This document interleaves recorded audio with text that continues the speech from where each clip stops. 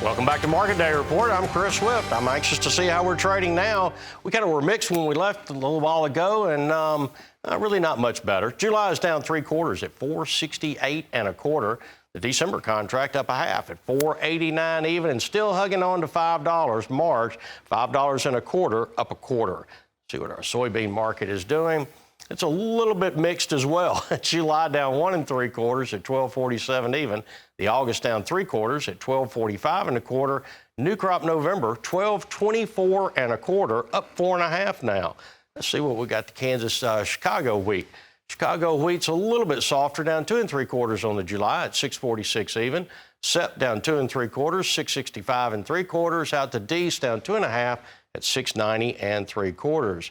Kansas City hard red winter wheat down 9 on the July at 666 1/4. The September contract down 8.5, 677 3/4. December 698, down 8. See what Minneapolis spring wheat. It's softer as well, down 4.5 on the July at 721 even. That September contract down a nickel at 725 3/4. D's down 4.5, 738 1/4.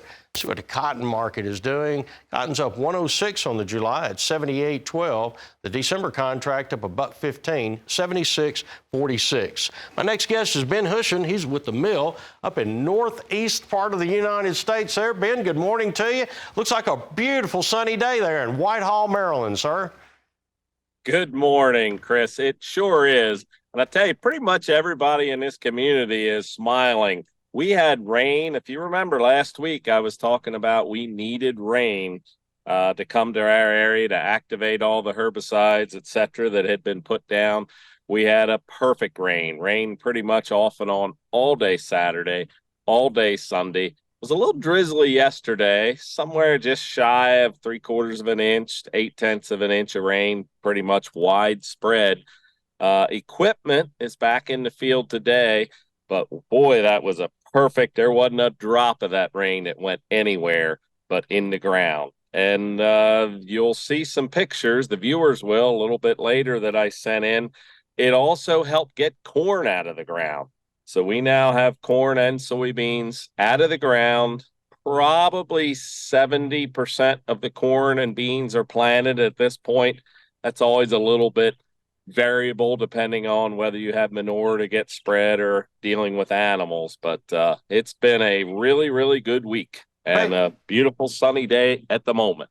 Good deal. So you didn't experience any of the flooding in the low-lying areas, what some of the other areas did you?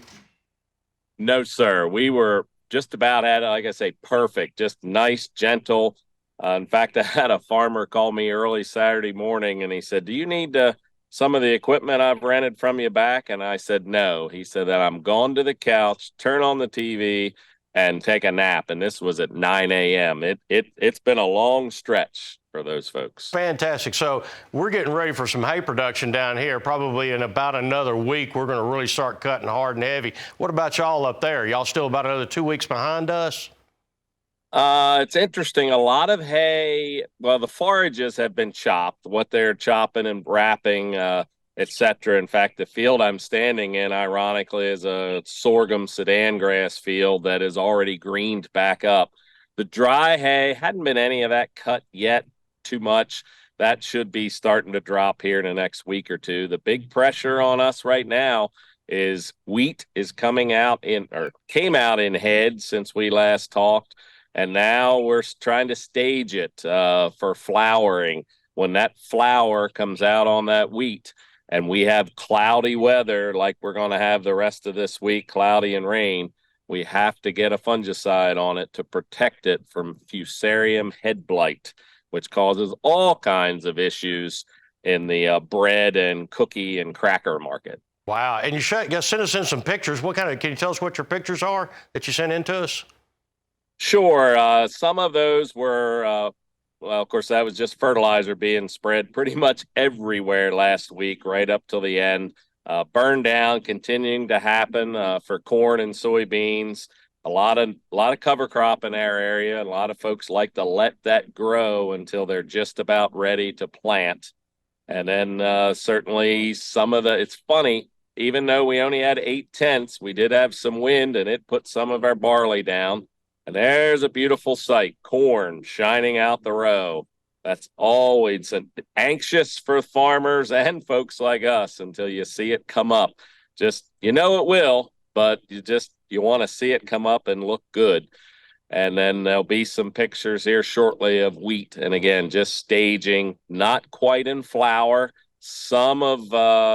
We are putting some fungicides on and some other fields today of some of the earlier varieties, but the majority of our wheat probably won't begin flowering until later this week.